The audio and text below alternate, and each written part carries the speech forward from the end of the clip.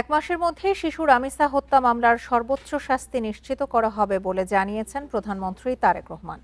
তিনি বলেন, দীর্ঘদিনের ফ্যাসিবাদী শাসন ব্যবস্থা সামাজিক মূল্যবোধকে নষ্ট করেছে। শনিবার বিকেলে ত্রিশালে 3 দিনের নজরুল জয়ন্তীর অনুষ্ঠানের উদ্বোধনে তিনি এসব কথা বলেন।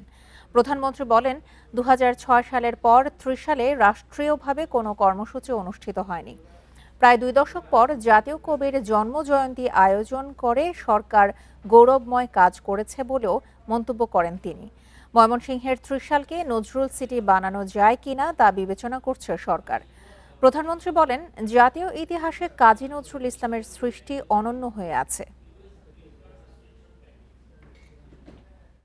বর্তমান সরকার রামিসার এই হত্যাকারীর সর্বোচ্চ শাস্তি ইনশাল্লাহ আগামী 1 মাসের মধ্যে নিশ্চিত করবে এবং সেই সর্বোচ্চ শাস্তি হচ্ছে মৃত্যুদণ্ড।